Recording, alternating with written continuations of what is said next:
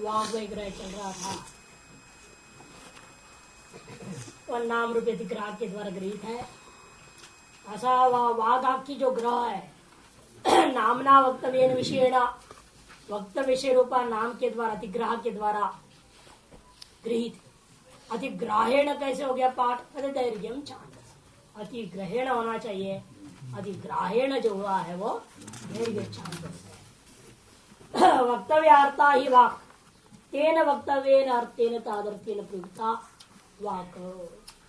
वक्तव्य जो पदार्थ है, वाच्यार्थ है, उसके लिए ही है यह वाणी। इसलिए तेन वक्तव्येन अर्थेन, उस वक्तव्य रूपी पदार्थ के द्वारा, तादर्थेन वक्तव्यार्थ के लिए ही प्रयुक्ता वाक्, प्रयोग की जाती है वाणी को। तेन वशीकृता, इसी कारण से कहा जाता है उन वक्तव्यों के द्वारा वाणी वशीकृत है। तत्कार्यम अकृत्वा नैव तस्या मोक्षा, असल वक्तव्यों का कथन किए बिना वाणी चुप बैठ नहीं सकेगी। तत्कार्य अकृत बने वक्तव्यों का कथन किए बिना नैव तस्या मोक्षा, और वाणी मुक्त नहीं हो सकती, शांति पर चुपचाप बैठ नहीं सकती। अतो नाम अतिग्रहण गृहीता, इसी कारण से नाम रूपी अतिग्रह के द्वारा वह गृहीत समझे। कौन? वाक्। वक्तव्य आसंज्ञ नहीं प्रवृत्ता सर्व अनर्थ युज्यते, वक्तव्यों में आसक्ति से युक्त होकर के ही वाणी प्रवृत्त होती है, अतः सकल प्रकार के अनर्थों से युक्त होती है। इति समान मन्यत, बाकी सकल पर्यायों में अर्थ समान समझिएगा। इति त्वक् पर्यंता अष्टो ग्रहाः, इस प्रकार से त्वक् पर्यंत 8 ग्रह है समझिए। स्पर्श पर्यंताश्च एते अष्टौ अतिग्रह, त्वक् पर्यंत 8 ग्रह हो गया और स्पर्श पर्यंत 8 अतिग्रह हो गए। उपसंहृतेषु ग्रहादिग्रहेषु आह पुनः, इस पर से ग्रह और अतिग्रहों का उपसंहार कर दिया गया।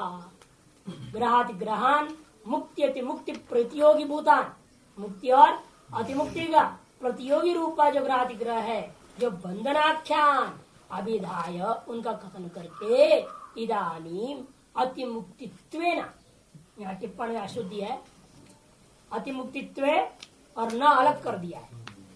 टिप्पणी नंबर 1 का अंतिम शब्द है, देखिए अतिमुक्तित्वे न उक्त से कर दिया, वो गड़बड़ हो गया, तृतीया होनी चाहिए। अतिमुक्तित्वेन एक पद है, अतिमुक्तित्वेन मिला कि नहीं? नहीं मिला। हाँ, ज्ञान कर्म फलभूतस्य सूत्र पदस्य उक्तस्य ज्ञान कर्म फलभूतस्य, कौन? सूत्र पदस्य हिरण्यगर्भस्य पूर्वोक्त रीत्या वाग्याद्यात्मक अग्नियादि अभिन्नत्वेन, पूर्वोक्त जो वागादि जो अज्ञाग है उनका अधिदेव अग्नियादियों के साथ अभिन्नत्वेन ग्रहातिग्रह रूप मृत्युत्मकता, वो भी कैसा है? सूत्रात्मा भी ग्रहातिग्रह रूपा मृत्यु ही है। ततो भी अतिमुक्त्यर्थम, उससे भी हम आगे बढ़ना चाहते हैं।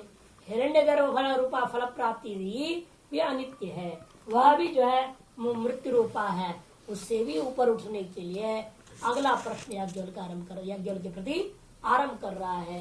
आत्मभाग याज्ञवल के होवाच ये जगं सर्वं मृत्योरन्नम कासु सा देवता यस्या मृत्युरन्नम इति अग्निर्वै मृत्युः स्वापामन्नम अवपुनर्मृत्युम जयति। ये याज्ञवल क्या ऐसा अर्धभाग ने संबोधन करके पुकारते पूछा, ये सर्वम मृत्यु अन्नम, जो कुछ भी जगत है यह उस मृत्यु का अन्न, अरे हिरण्य गर्भ का वे सारे के सारे। लेकिन कास्वित सा देवता यस्य मृत्युरपि अन्नम, वह कौन सी देवता है जिसका हिरण्य गर्भ रूपा मृत्यु भी अन्न हुआ करता है। अग्निर्वै मृत्यु, इस अग्नि से क्या लेना? हिरण्य गर्भ का भी कारण होता अव्याकृत, अव्याकृत ही मृत्यु है। स्व अपाम रूपी अन्नम व अपरूपी अन्न, ये जो है ना हिरण्य रूपी अन्न को खा जाता है, और इस प्रकार से जानने वाला इस अपह पुनर्मृत्यु, पुनर्मृत्यु मैंने अपमृत्यु पुनर्जयती, वह व्यक्ति अपमृत्यु को जीत जाता है। वह जल रूपी मृत्यु का भी मृत्यु है, इस प्रकार से जानने से पुरुष पुनर्मृत्यु को जीत लेता है। पुनर्मृत्यु को वो जीत लेता। अपजयती, अप को वह जयती से जोड़ो, पुनर्मृत्यु अपजयती। भाष्य में इदम सर्वम मृत्यु और अन्नम, अर्थात इदम व्याकृतम सर्वम, आगे ये जो व्याकृत रूप अन्न है, मृत्यु अन्नम सर्वम जायते विपदिते च। इदम यहाँ सर्वम से व्याकृत को ले लेंगे तब मृत्यु से हो जाएगा व्याकृत, और अव्याकृत का भी कारण कौन हो जाएगा तो ब्रह्म हो जाएगा। ऐसे उस पर एक पक्ष तो ये ले रहे हैं। व्याकृतम रूपम सर्वम कार्यम मृत्यु अन्नम सर्वम जायते विपदिता, क्योंकि जो कुछ उत्पन्न होता है सब विनाश होता है। ग्रह ग्रह लक्षण मृत्यु ग्रस्तम, ग्रह और अतिग्रह रूपा मृत्यु के द्वारा सर्वम ग्रस्तम। लेकिन काश्वित का नु स्या नु अर्थ में वितर्क में वह कौन सी है? सा देवता, यस्या देवता है जिस देवता का मृत्यु अन्नम भवति, मृत्यु भी अन्न हो जाता है, अर्थात ग्रह भी अन्न हो जाता है। क्योंकि ये सारा जो बाह्य जगत है व्याकृत कार्य रूपा जगत, उसको कौन मृत्यु ने ग्रहण किया? ग्रह अतिग्रह रूपा। जब विचार हुआ था ग्रह अतिग्रह रूपा मृत्यु ने ग्रस्त कर लिया है। और ग्रह अतिग्रह क्या है? इंद्रिय विषय। इंद्रिय विषय रूपा जो चीज है वह संसार रूप अन्य कार्यों को जो अन्य रूप में ग्रहण किया हुआ है। ये भी अन्न होते किसके, ये जानना है। इसलिए कह रहे हैं ये तो अर्थ हो गया। यदि क्यों ऐसा अर्थ ले रहे हो? क्योंकि मृत्युपसेचनम श्रुत्यंतरा, मृत्यु भी आवश्यक किसी न किसी का अन्न है, तो यह इसलिए भ्रांति में डालना चाहेगा। इसी शुद्ध ब्रह्म को लाएगा तो यह केवल के हार जाएगा। शुद्ध ब्रह्म को ला नहीं सकते इस प्रसंग। ग्रह से ऊपर ही तो उठ ही रहे हैं, हिरण्यगर्भ से ऊपर उठना है। शुद्ध ब्रह्म का अभी कारण ब्रह्म में जाना है, कार्य से ऊपर उठे तो कार्य में जाएगा। कार्य से उठोगे तो कारण रूप में जाओगे, उसको छोड़ के आप ब्रह्म रूप में शुद्ध में ले जाओ तो गड़बड़ होगा। और जान के अन्नम मृत्यु जिसका अन्न कह दिया ताकि तुरंत कठोर परिषद याद आ जाएगा और उसको लेकर शुद्ध ब्रह्म बोल देगा जवाब में। ये चालाकी प्रश्न पूछने वाले का, अगले को परीक्षा देते हो भ्रांति में डालने के लिए प्रयास किया जा रहा है। ये नीचे कहता है कि मृत्यु और मृत्यु अधिकृत्य प्रश्न से कर्टतंत्र निरूपण प्रयोजन। क्या मृत्यु का भी मृत्यु ये पूछा आपने, जो भी जवाब दिया उसका भी मृत्यु कौन, उसका भी मृत्यु कौन करके अनवस्था दोष हो सकती है। और मृत्यु का भी मृत्यु होता है क्या? मृत्यु का भी मृत्यु नहीं हो सकती। ऐसा जैसे कर्टदंतवत, कौवे के कितने दांत होते हैं? कौवे के कितने दांत होते हैं? ये जैसा पूछा हुआ निरर्थक, उसी प्रकार से मृत्यु का मृत्यु होती नहीं है तो उसका प्रश्न पूछना भी निरर्थक। ये सब कर्टदंतवत, कर्ट बने कौवा, उसके दांत संबंधी प्रश्न के समान कर्टदंतवत। सत्य ग्रहातिग्रह लक्षण मृत्यु मोक्ष भविष्य, तब इसलिए मानना पड़ा। लेकिन ग्रह और अतिग्रह रूपा जब आप मृत्यु मान रहे हो, इसका भी कोई मृत्यु जरूर होगा, इसका भी मुक्ति तो होगी कहीं ना कहीं। इसी अभिप्राय से पूछा रहा। अयम अभिप्राय प्रश्न, प्रश्ना का यह अभिप्राय क्या अभिप्राय है? यदि मृत्यु मृत्यु अक्षति अनवस्था से, यदि मृत्यु का भी मृत्यु कथन कर दोगे तो अनवस्था दोष हो जाएगी। अनवक्षति, यदि आप कहोगे भाई मैं नहीं जवाब दे सकता, तब भी हार गया। फिर तो अस्माद ग्रहादिग्रह लक्षण मृत्यु और मोक्ष नोपपद्यते, तो ग्रहादिग्रह रूपा जो मृत्यु है इससे मुक्ति आप पा नहीं सकोगे, क्योंकि मृत्यु का भी आपने अंत नहीं कर पाए। मृत्यु का अंत करोगे, उसका अंत कौन, उसका अंत कौन, ऐसा मैं पूछो अवस्था हो जाएगी। नहीं जवाब दोगे मृत्यु में हम रह गए, इसकी मुक्ति तो पा ही नहीं सकेंगे हम। जो यहाँ पूछने वाले का चक्कर। ग्रहाद ग्रह मृत्यु विनाशी ये मोक्ष, ग्रहाद ग्रह रूपी जो मृत्यु है इसका मृत्यु होने पर ही मोक्ष हो सकता है। सारी मृत्यु से, और मृत्यु का भी कोई मृत्यु आप ढूंढ के निकाल भी दोगे, भवेद ग्रहादि ग्रह लक्षण से मृत्यु और विनाश से फिर तो ग्रहाति ग्रह रूपा जो मृत्यु है इसका विनाश होगा, और उसका यदि विनाश रहेगा उसका भी विनाश जरूर होगा, उसका विनाश जरूर होगा। अनवस्था अतएव आप दो जवाब ही नहीं सकते। अतो दुर्वचन प्रश्न मनवाना पृच्छ, इसलिए अर्थवाद सोच रहा है मेरा इस प्रश्न तो दुर्वचन है, इसका जवाब कोई दे नहीं सकता। अतः याज्ञवल्क्य भी इसका जवाब दे नहीं सकता, परास्त हो जाएगा। ऐसी भावना से, ऐसा मानते हुए वह पूछा आत्म साध्यवता इस प्रकार से, इसलिए उसने प्रश्न डाला। अस्तित्व मृत्यु मृत्यु का मृत्यु है, यदि है न अनवस्था से मृत्यु, अनवस्था दोष आ जाएगी, उसकी भी कोई दूसरी कहते जाओगे न अनवस्था, यानी अनवस्था दोष में नहीं आएगी। कथकरेणुवत ये अनवस्था नहीं है। कथकरेणु समझते हैं ना, है? वो जो डालते हैं पाउडर पानी को शुद्ध करने के लिए, क्या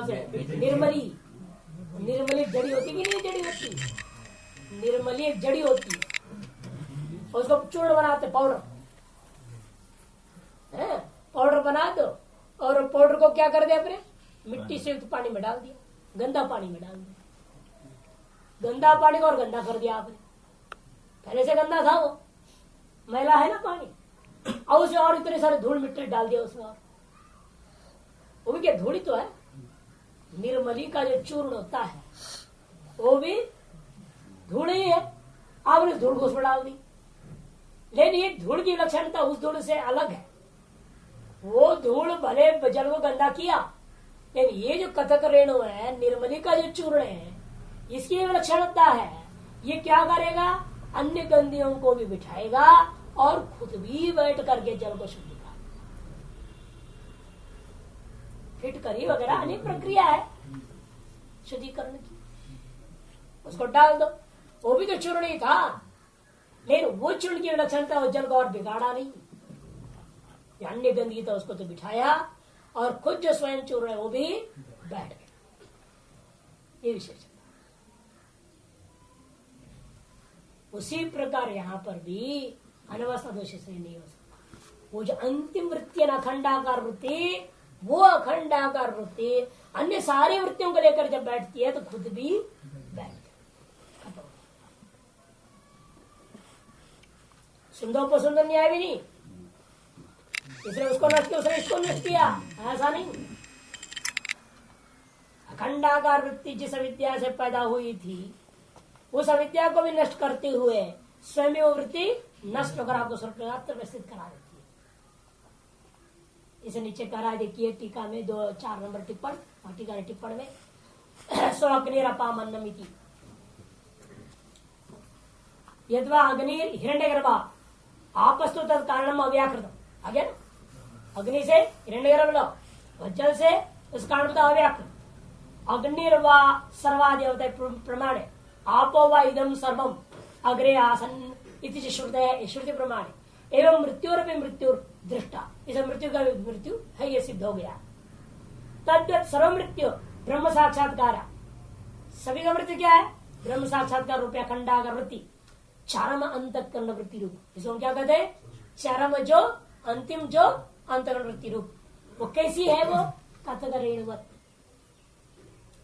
स्व पर विरोधी भूतो, स्व और पर सबका विरोधी होता है। वो अन्य धूल को नष्ट किया और अपना खुद भी बैठ गया।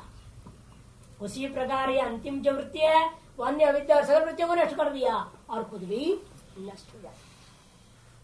अतो नानवस्था की भाव है, इसलिए कोई अनवस्था दोष नहीं है। इस बात को मन में रख करके मूल भाषा में कहा सर्व मृत्यु मृत्युंतर प्रत्यय है, सर्व मृत्यु का मृत्युंतर नहीं हो सकता। कथम पुनरागम्यते अस्ति पुनर्मृत्यु, लेकिन ये बात पहले कैसे ज्ञापन हुआ, मृत्यु का भी मृत्यु होता है, उसका भी कोई और मृत्यु नहीं होता, ये आपने कैसे निश्चय कर लिया, कई दृष्टता, क्योंकि दृष्टि अग्निस्तावत सर्वस्व दृष्टो मृत्यु विनाशकता। क्योंकि भाई लौकिक अग्नि भी ले लीजिए, वो क्या हम देख रहे हैं, वो सभी का विनाशक होते हुए हम देख रहे हैं। जिसको अग्नि में डाला उसकी तो मृत्यु आ गई, खत्म, भस्म हो जाएगा। वो कुछ भी डालो अग्नि, उसको भस्म कर देंगे। इसका मतलब क्या? अग्नि सबका मृत्यु होता हुआ देख रहा है। और उसका भी मृत्यु कब आया? अब एक बाल्टी जल डाल दिया उस पर, तो मृत्यु हो गई, हो तो उसकी मृत्यु आ गई। ठीक है, लौकिक इससे पहले समझा रहे हैं। सर्वस्व दृष्टा मृत्यु विनाश करता, सो अद्वैत भक्षित है, उसको भी क्या है? जल के अंदर भक्षित किया गया। सो अग्निरा पामन्नम, इसलिए वो अग्नि एक स्थूल दृष्टिया भी जल का हो गया। ग्रहण तरली अस्थि मृत्यु मृत्यु, इसलिए अब तो समझ में आ गया ना, मृत्यु का मृत्यु होता है। तेरे सर्वम ग्रहात ग्रह जातम भक्षते मृत्यु मृत्यु ना, इसलिए सर्वम ग्रहात ग्रह जातम, ग्रह अतिग्रह रूपेण उत्पन्न जो कुछ भी अन्य और मृत्यु ना मृत्योरपि अन्नम मृत्यु ना भक्षते, तो मृत्यु का भी इस मृत्यु के द्वारा भक्षण हो गया। तस्मिन बंधने नाशिते, अर्थात तादृश ग्रहातिग्रह रूपा जो बंधन, उसके नष्ट किए जाने पर मृत्यु ना भक्षित इत्यर्थ। यह कौन सा मृत्यु? अब जो मृत्यु ले रहे आप अव्याकृत, हिरण्य रूपा सकल कार्य को भी भक्षण करने वाला, वह अव्याकृत और भक्षित होने पर संसारात्मक मोक्ष होते, संसार से मोक्ष मिलता है, ये सिद्ध होता है। क्यों? बंधन में ग्रहातिग्रह लक्षण, क्योंकि बंधन क्या है? ग्रहातिग्रह रूपा, इसी का नाम बंधन है, वही मृत्यु है। उसका भी मृत्यु है, अपने अव्याकृत स्वरूप पे चले जाना। जो पूर्व में कहा सदैकम अग्रासित अव्याकृतम तरी अग्रयासित, जो शब्द से कहा गया वो सदरूप में चले जाना।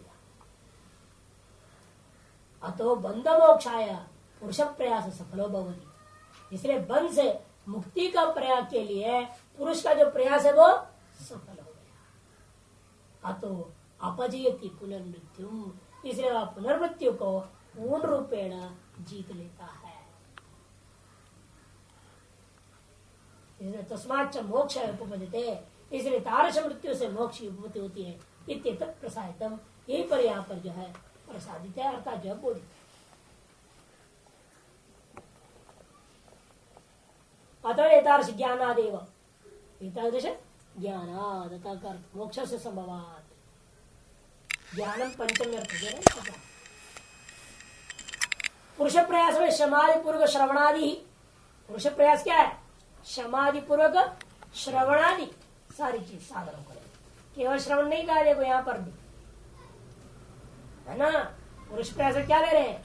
समाधि पूर्वक श्रवणादि सार को लेना पड़े, न तो केवल श्रवण। तत्फल से ज्ञान से फलम दर्शन वाक्य, इसका फल क्या है? तारस ज्ञान का फल को, फलों को दर्शा रहे हैं कि जो है स्पष्ट करते हुए ऐसे ज्ञान से। परेण मृत्युना मृत्यु भक्षित है, परेण मृत्युना मुख्य मृत्यु के द्वारा या गौण मृत्यु को भक्षित किए जाने पर, मुख्य मृत्यु आपका जो स्वरूप ही है वो, क्योंकि ग्रहातिग्रह रूपा सारी चीज को नष्ट करना, अव्याकृत स्वरूप जो आपका व्याकृत स्वरूप है वही व्याकृत जगत को खाने वाला है। इसे अव्याकृत आत्मरूपा अपना जो स्वरूप है वही मृत्यु है, उसको जब परिणाम मृत्यु ना। और दूसरा मृत्यु सप्तमी से ग्रहातिग्रह रूपा मृत्यु के द्वारा उनका भक्षित किए जाने पर परमात्म दर्शन, कैसा भक्षण कर लिया? परमात्म दर्शन, जो ऐसा कर लिया योसौ मुक्तो विद्वान, जो ऐसा मुक्त विद्वान है स्वयं पुरुष, वह यह जो पुरुष है उसके विषय प्रश्न डाला जा रहा है। यत्र यस्मिन काले म्रियते, जिस काल में वह मर जाता है तब क्या होता है, उस विषय में अब अगला प्रश्न आरंभ होता है। आज जवल के यत्रायं पुरुषो म्रियते उदस्मात् प्राणाः क्रामन्ति आहो नेति नेति होवाच याज्ञवल्क अत्रैव समवनीयन्ते स उच्छ्वयति आत्मायति आत्मा तो मृतश्येते। प्रसंगवशात यहाँ पर ब्रह्मज्ञानी को लाए, ये वास्तव मृत्यु को वास्तविक स्वरूप जान लेता है, व्याकृत स्वरूप है। परमार्थ दर्शन के द्वारा अपने अव्यवस्था में स्थित होकर के इस जगत रूपी कार्य का जो बंधन रूपी मृत्यु को वह खा जाता है, मैं अपने वश में ले लेता है, वह जीवन मुक्त स्वरूप का शरीर जब छूटता है तब क्या? हे याज्ञवल्क्य होवाच यत्र मन यस्मिन् काले अयम पुरुष यथार्थ ब्रह्मवेत्ता म्रियते, मर जाता है। तो अस्मात् शरीरा, इस शरीर से उत्क्रामंती प्राणा आहो न इति, क्या ये उत्क्रमण कर जाते हैं अथवा नहीं करते हैं? पहला वाला नीति तक प्रश्न है, नीति नीति करके नहीं बात करते। जैसा अन्यत्र है तो नीति नीति दो और उपदेश, दो उपदेश नहीं है यहाँ। क्वेश्चन हो गया, प्रश्न परक हो गया, पहला नीति हो ना उत्क्रमण होता है या नहीं होता है? जवाब नहीं, उत्क्रमण नहीं करता। भाई क्यों नहीं करता? नहीं थी वाच याज्ञवल्क्य अत्रैव सोनियंते, सब यही लीन हो जाते हैं उसके प्राण, और उसका शरीर सउच्छोयति, लंबा श्वास अंदर ले लेता है वो। उसके बाद श्वास लिया, मरते ले लिया हुआ श्वास से फूलता जाता है, फूलते फूलते मरा हुआ यही पड़ा रह जाता है, अर्ध कहीं आता जाता नहीं। मृत्यु जो है, शरीर का जो मृत्यु है लौकिक लोगों के सदृश ही रहता है। ये कि उसका जो शरीर भी मिट्टी में तुरंत लय हो जाएगा, पंचभूतों में लय हो जाएगा फटाफट फटाफट। जो पंचीकरण शरीर है वो खटाखट खटा आपको देखते पंचीकृत होकर के तत्व में लीन हो जाए, ऐसा नहीं होता। वो शरीर यही मुर्दा मिलेगा, उसको चाहे गाड़ो चाहे जलाओ चाहे जले फेंको, चाहे वही सड़ने दो, पशु पशु खा जाए, फेंक दो, ऐसा ही होगा शरीर का हाल। इसलिए जान के बाद कहा जा रहा है परिणाम मृत्यु। कई लोग बोलते ना उनका शरीर उड़ गया चला गया। हाँ, कबीर के लोगों ने कहानी बना रखे, दो फूल बन गया था।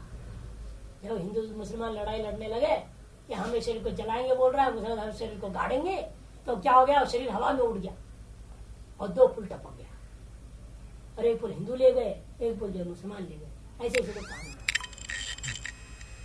शास्त्र विरुद्ध है। मीरा के बारे में कहते शरीर जैसे चतुर्भुज मंदिर में गई, वही वही मूर्ति में घुस गया और चला गया, फिर मिला ही नहीं, एक हो गया।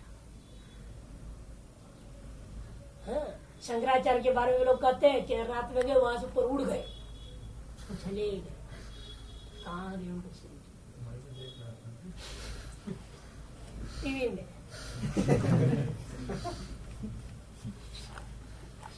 ऐसे दिखाते भी है टीवी में, लोगों ने कथाएं बना के रख दी। परंपरा है, सन्यासी भाई गंगा जी में डाल देते, कहा देते कौन सी बीमारी होती है, कौन परेशान करता है। कहानी ऐसे लिख दिया कि दिग्विजय में कौन देखा था, क्या हुआ था क्या नहीं। अब उस पर विश्वास करके हम लोग को चलना पड़ता है। शास्त्र कहता है कि ऐसा नहीं, ब्रह्मज्ञानी का शरीर भी यही रह जाता है, उड़ के नहीं जाता, फूल नहीं बन जाता, मूत्र में लय नहीं होता, यही रह जाता है। वो उनका भी आता है, नामदेव महाराज जी के लिए विमान आया, उनको उठा के ले गया, तुकाराम महाराज नामदेव तुकाराम जी के लिए विमान आ गया और उसे उठा कर फिर चला गया। ने हर संप्रदाय में किसी न किसी के लिए ऐसी कहानी बना दिया लोगों ने, ताकि संप्रदाय मजबूत हो जाए, कमी न रहे। हमारी संप्रदाय महिमा कोई कम है क्या? हमारे यहाँ ऐसा कोई हुआ गुरु? तो सभी ने एक कहानी कहीं न कहीं कुछ न कुछ रूप में जोड़ दिया। तो विरोध नहीं, अच्छा है, श्रद्धा के लिए वो भी जरूरी है, ठीक है। ताकि श्रद्धा करेगा, फिर उसके आधार पर उसका अध्ययन करेगा, ज्ञान पाएगा तो सच्चाई पता चल जाएगा, अपने सच्चाई जानेगा तो अपने मुक्त हो जाएगा। ये सब ऐसा गुरु तुम्हारा ऐसे ही मर गए तो फिर वही अश्रद्धा हो जाएगी ना, फिर समस्या ये हो जाती है। इसलिए भी ऐसा हवा में तीर उड़ाना जरूरी भी हो जाता है कुछ, क्योंकि लोग ऐसे मूर्ख है ना, इनको चमत्कार को ही नमस्कार करना जानते हैं। इसलिए पहले इनको ऐसे ही लाना पड़ता है इस रास्ते। भले भले समझे सच्चाई को, फिर अपना स्वरूप में स्थित हो जाए, मुक्त हो जाए, अच्छा जाए।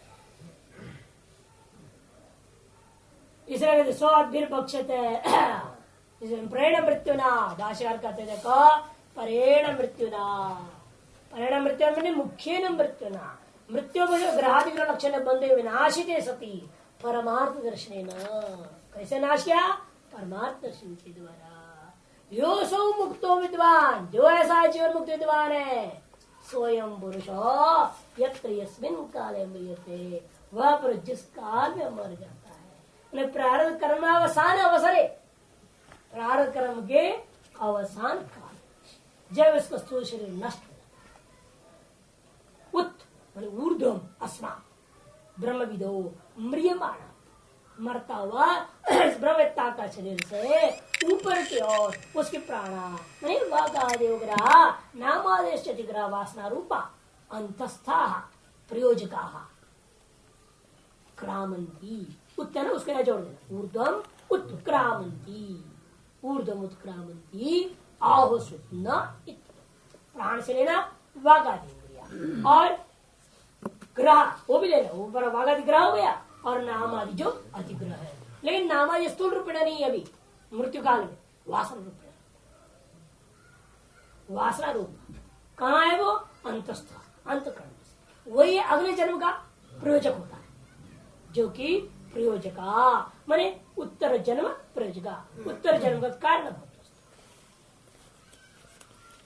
क्योंकि मुक्ति संभव सोचेती प्रयोजका देखो मुक्ति असंभव है। इस बात को स्विच करने के लिए कहा दिया उसने अगले जन्म का ये सब क्या है प्रयोजक है।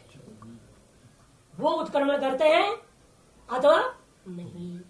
यदि अगले जन्म के प्रयोजक भूता वासना और इंद्रियां सारे उत्क्रमण कर गए तो उसका अगला जन्म मिलेगा मुक्ति खत्म मुक्ति नहीं होगी। उत्क्रमण नहीं करते हैं तो फिर मुक्ति की संभावना हो जाती विधेय मुक्ति की संभावना नेत्योवाच याज्ञवल्क्य जवाब में याज्ञवल्क्य ने कहा नहीं भाई उत्क्रमण नहीं करता उत्क्रमण नहीं करो फिर क्या होता है अत्र अस्मिन्नेव परेण आत्मना विभागम गच्छन्ति अस्मिन्नेव इसी शरीर में रहते हुए वो परमात्मा के साथ अविभागों को प्राप्त करता है अभेदम संति गच्छन्ति विदुषी कार्याणि करणानि च स्वयं पर ब्रह्म सपत्वे समवनीयन्ते एक ही भावेन समसृज्यन्ते प्रणयन्ते इत्यादि। विद्वान में ऐसा विद्वान है वो अपरा पर ब्रह्म स्वरूप है कार्याणि करणानि च कार्य कर्ण संघा संपूर्ण परेण आत्मना स विभागम पर ब्रह्म के साथ अविभाग को प्राप्त करता है। कैसा भी कह दिया स्वयोनो उन सब का वास्तविक कारण कौन है तज्जलान उसी आत्मा से ही उत्पन्न हुआ है। यतो वायुमानी भूतानि जानन्ते ये न जाता प्रवलियन्ते वाली बात है। इसलिए कहते कि देखो उसी वही उसका मूल कारण था आत्मा ही ब्रह्म ही मूल कारण था उसी में वास्तव में पहुंचा पर ब्रह्म सतत्व स्वरूप है सतत्व ने स्वरूप पर ब्रह्म स्वरूप में समवनीयन्ते अर्थात एक ही भावे न समुसृज्यन्ते एक ही भावे न उसे प्रलय को प्राप्त ऊर्मय एव समुद्रे ऐसी उर्मिया अपने स्वरूप को त्याग कर समुद्र स्वरूप को प्राप्त कर जाती तथा श्रुत्यंतरम कलाशब्दवाच्यानाम प्राणानाम परस्मिन् आत्मनि प्रलयं दर्शयति मुंडकोपनिषद में आया कलाशब्दवाच्य भूता सगल प्राणों को जो है ना परस्मिन् आत्मा प्रलय को दिखाया एवं एवस्य प्रदृष्टो विवाह षोडश कला पुरुषायण पुरुषम प्रत्य अस्तम गच्छन्ति एवमेव समुद्र का दृष्टांत वहां पर भी है यथा नद्या है ना नदियों को समुद्र में विलयों का दृष्टांत दिया उसी दृष्टांत के अनुसार एवं एवं उसी दृष्टांत के आधार पर करे उसी के अनुरूप अस्य प्रदृष्ट ये जो प्रतिष्ठा की बात था अब वही ब्रह्मस्वरूप स्थित है इमा षोडश कला ये सारी षोडश कला इसकी जो थी ये पुरुषायण संत पुरुषमेव प्राप्य अस्तम गच्छन्ति पुरुष एकमात्र है जिनका ऐसे ये सारी कलाएं पुरुष को प्राप्त करके अस्त को प्राप्त हो जाते हैं इति परेण आत्मा विभागम गच्छन्ति दर्शितम इस पर से परमात्मा के साथ अभाव को अभेद भाव को प्राप्त करते हैं ये बात बता दिया गया है। न तर्रे मृत्यो मृतो फिर कहेंगे फिर तो मरा ही नहीं हुआ क्योंकि वो सारा प्राण आदि अपने स्वरूप में रह गया है और लीन होकर रह रहा है, इसमें मरा ही नहीं, जिंदा है फिर तो प्रणाली को लेकर। ऐसा कोई करे तो ना, ऐसा नहीं। अभी तो मृतश्चयम, फिर भी वो उसके स्वरूप में रहने के बाद प्राण सब उसके स्वरूप में लीन हो गए, और उसके स्वरूप में क्या है, ये शरीर भी है। अजय शरीर भी जिंदा रहना चाहिए क्योंकि ब्रह्म है, और ब्रह्म में सारे प्राण है। शरीर में जो प्राण था ब्रह्म में चला गया, और वो ब्रह्म में जो रहने वाला प्राण शरीर को जिंदा रखेगा ना, तो शरीर कहाँ है, ब्रह्म में। ऐसा कोई शंका करे तो कहते नहीं, यहाँ विलय का तात्पर्य समझना, ये शरीर तो मरेगा ही, ये नहीं मरेगा ऐसी बात नहीं। और ब्रह्म कारण में लय होने का मतलब क्या, उनकी अपनी जो स्वरूप सत्ता थी प्राणादियों का, वह समाप्त हो गया। जैसे सर्प रज्जु में लीन हो गया, किसने बोला, उसका मतलब क्या, अंदर छुप के बैठा हुआ है, अंदर है अभी, ऐसा करोगे, कभी भी आ सकता है, रज्जु से बाहर आ जाएगा, काट देगा, ऐसा कभी नहीं। जैसा वहां लय यावत काल पर्यंत जिस रज्जु रूपी कारण से परिदृश्यमान था सर्प का, क्रियाकारी था वो सर्प, उसे डर भी था, सब कुछ था। वह सर्प का जैसा प्रे कारण होता रज्जु में लय का व्यवहार होता है, उसी प्राणों का ब्रह्म में लय समझिए। उस प्रकार करें जो पेटी में कोई चीज को बंद कर दो आप, ऐसा अर्थ यहाँ नहीं। इसीलिए शरीर जो है ना मर जाता, मृतश्चयम यस्मात् स उच्छ्रोयति उच्छूलताम प्रतिपद्यते। जिसलिए आप देख भी रहे हो ये शरीर मोटा होते चला फूलते जा रहा है। आत्मा यदि बाह्य न वायुना, वायु वाक्य वाक्य पूर्यते धृतिवत, जैसे धृति को आप भर देते हो उसी प्रकार से वायु वायु के द्वारा भर जाता है। चमड़े का झोला होता है धृति, उसको आप भर दो, जैसे गुब्बारा भर देते हो, या जब भस्त्रिका होता है फुसफुस करते हैं ना, उसको हवा से भर देते फूलता है। उसे शरीर क्या है, बाह्य हवा अंदर घुसता है, भरता है, फूलते जाता है। आत्मा तो मृतश्यते निश्चेष्टः, इस तरह फूला हुआ ये जो शरीर है वो मृत ही पड़ा रहता है निश्चेष्ट करके। बंधन नाशे मुक्त से क्वचित गमन विधि वाक्य, कहने का बंधन रूपा ग्रह और अतिग्रह का जब नाश हो गया, ये मुक्त पुरुष का कहीं भी आना जाना रूपी जो क्रिया नहीं होती है, ये इस वाक्य का तात्पर्य।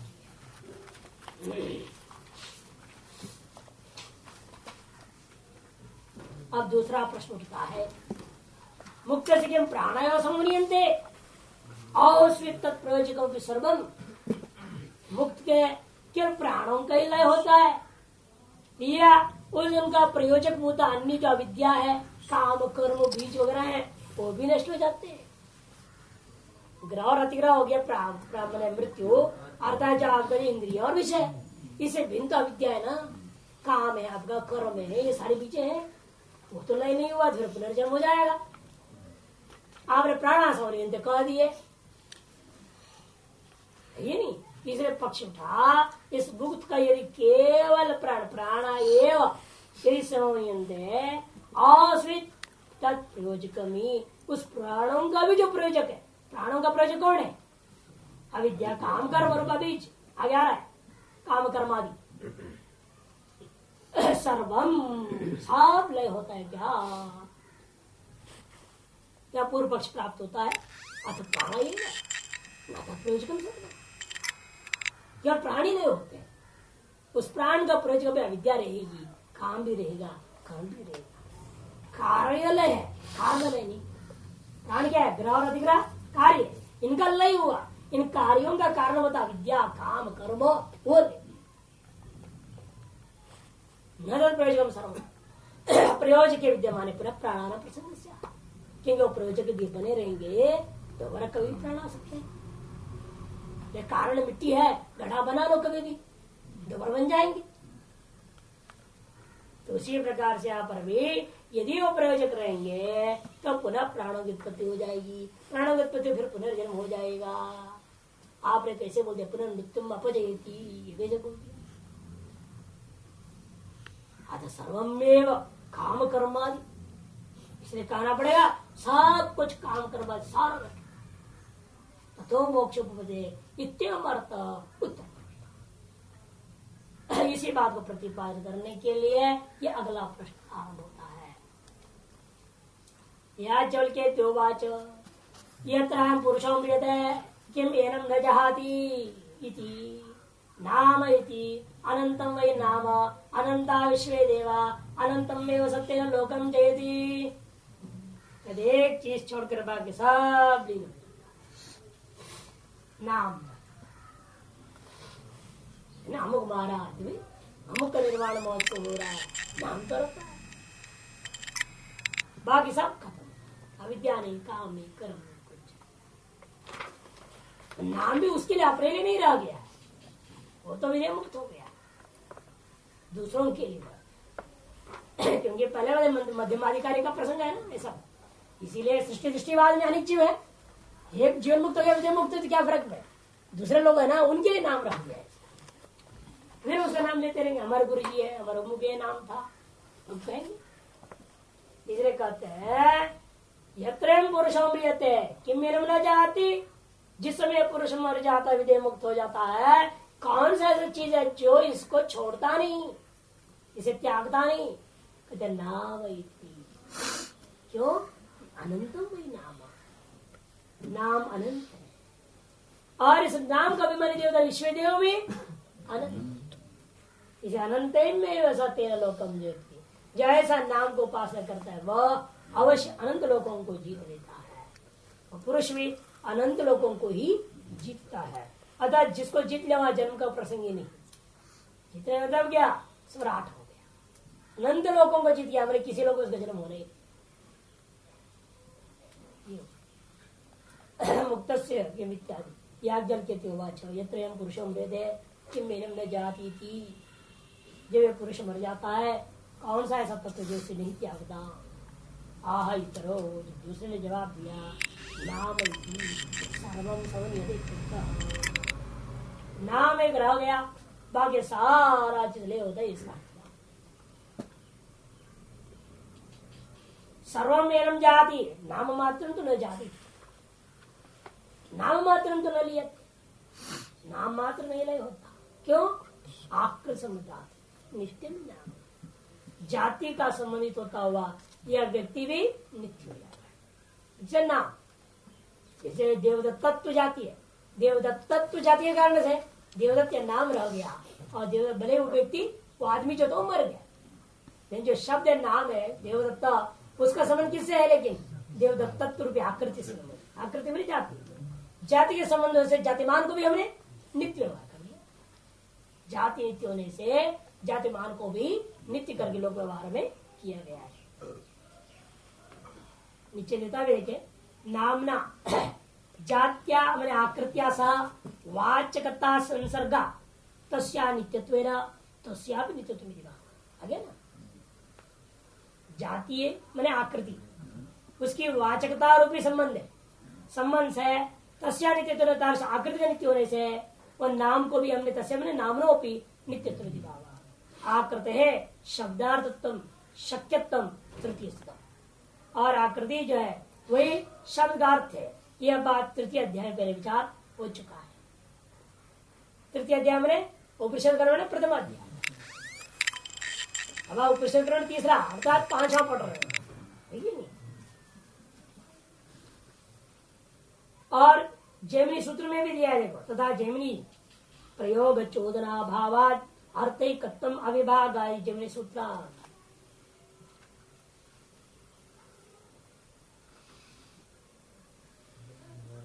व्यक्ति न्यायमाला बाद में न्यायमाला दे रहे ना, व्यक्ति आदि शब्दार्थम आकृतिर्वाक्य अन्वयात व्यक्तिर अन्वय वेलायाम आकृत्या स्वोपलक्ष्यते शक्ति ग्रहादिक्तितश्च आकृतेर अर्थतोचिता क्रिया पर्यवसानाय व्यक्तिस्तत्रोपलक्ष्यताम्। न्यायमाला विस्तार जैन न्याय जिसको आप लोगों ने पढ़ा है। व्यक्ति व्रियादि शब्दार्थम, व्यक्ति ही व्रियादि शब्द का अर्थ होता है आकृतिर्वा, अतः व्रिया शब्दों का अर्थ आकृति है, ये विकल्प उठाएगा। क्रियान्वयात व्यक्ति ही अन्वेलायनम आकृत्या स्वोपलक्ष्यते है। पूर्व पक्ष कहता है क्रिया के साथ अन्वय होता है व्यक्ति ही, अतः व्यक्ति को शब्दार्थ माननी चाहिए। और अन्वय की वेला में क्या करोगे आप? आकृति के तरह उसको उपलक्षित कर लेना। तब सिद्धांत कहते नहीं, शक्ति ग्रहाद युक्ति तो आकृति अर्थ तो चिता। शक्ति ग्रह से और युक्ति से भी शब्द का अर्थ नाम ही होता है, व्यक्ति नहीं, जाति होती है, यही बात सिद्ध होता है। अतः क्रिया पर्यावसान आया, क्रिया के साथ अन्वय करने के लिए उस समय आप उस जाति के द्वारा व्यक्ति का उपलक्षण कर लें, ये सिद्धांत। इस प्रकार से मीमांसा निर्णय भी है। अतः वैदिक सिद्धांत बन गया। लौकिक दृष्टिया, व्यावहारिक दृष्टिया जाति क्या है? नित्य है। तदभिन्न जो शब्द है, नाम है, अतः वह भी नित्य है। अनंतम वही नाम, नित्यत्व एवं अनंत्यम नाम। नाम की अनंतता क्या है? एक ही नाम के नित्य है। नाम का नित्यता को ही अनंतम शब्द से कहा जा रहा है। तद अनंत्याधिकृता, उसी अनंतता नित्यता को अधिकृत करके अनंता विश्व देवा अनंतम एवं सत्य लोकम जेती, अनंत होता है हे विश्व देव देवता, और इसलिए वह अनंत रूपी लोगों को जीत जाता है।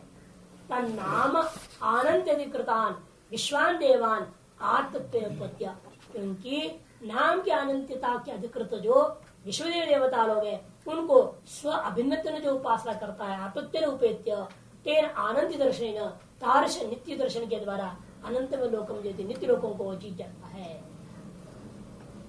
ये सब ब्रह्म विद्या के स्तुति के पीछे दे रहा, देखिए ब्रह्मास्मि दर्शनेन विश्वान देवन आत्मत्य उपगम्य अनंतम लोकम जीति सिद्धानुवाद ब्रह्म विद्याम स्तोत्रमिति अभिप्रेत्य अंतर्वाक्य मावदते आनंदम इत्यादि स्तुति पर समझ रहे हो। ब्रह्म विद्या प्राप्त हुई बाद अनंत लोगों की प्राप्ति कहां से आया है ना? वो विद्या की स्तुति के लिए कहा जा रहा है।